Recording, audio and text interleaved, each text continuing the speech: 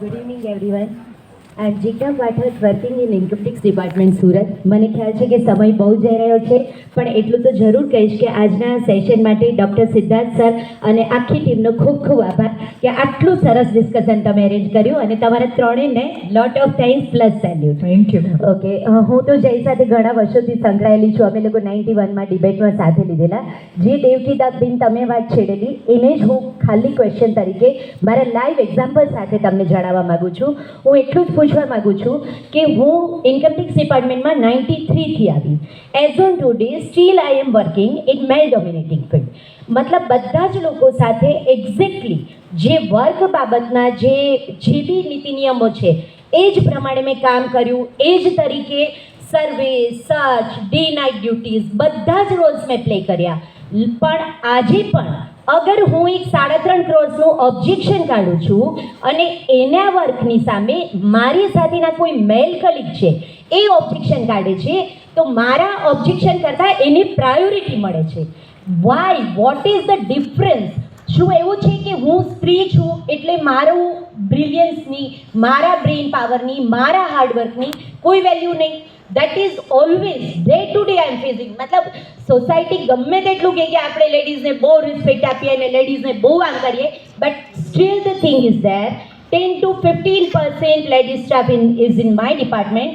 એટલે કાલે જ્યારે મેં જોયું કે ફાઇનાન્સ ફિલ્ડને અગર આપણે ડેવલપ કરવું હોય, આપણે રાષ્ટ્રને આગળ લઈ જવા જતા હોઈએ, આપણે પીએમ સરના વર્ડ્સને સાકાર કરવા જતા હોઈએ, તો આપણી આ માનસિકતાને બદલવી પડશે. પણ એ કઈ રીતે? આઈ થિંક તમે ત્રણ એમાં જરૂર કરી શકો, અને દીપક રાજ્યગુરુ સર પણ કરી શકે.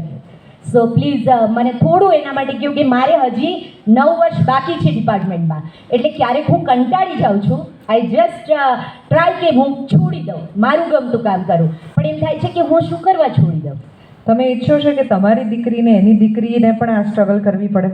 ના, નથી ઈચ્છતી. તો નહીં છોડતા.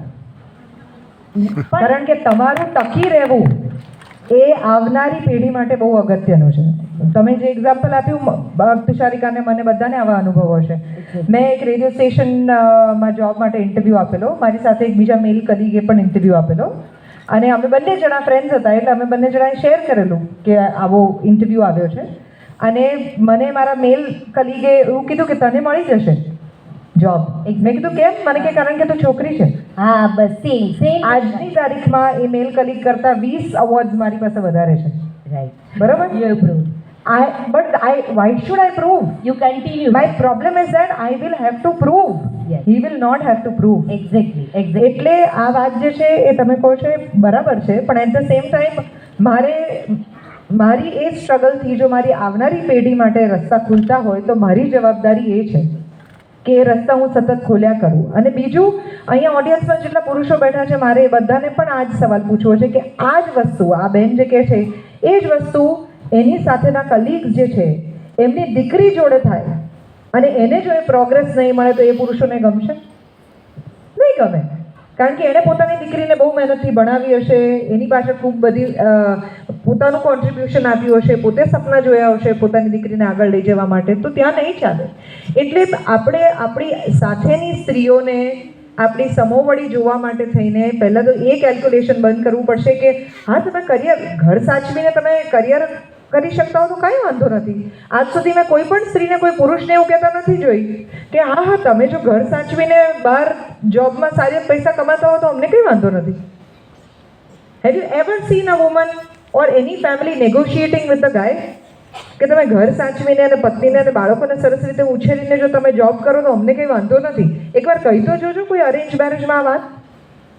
નહીં મૂકી શકો તમે આ વાત, કારણ કે ઇટ ઇઝ ગિવન કે મહિલા જે છે એણે આ બંને વસ્તુ પેરેલલી કરવાની છે, અને પુરુષ જે છે એ તો એક જ કરીને આવે તો બિચારો કેટલો બધો થાકી જાય છે. આ તો આ બેન કંઈ સ્પામાં જાય છે રોજ.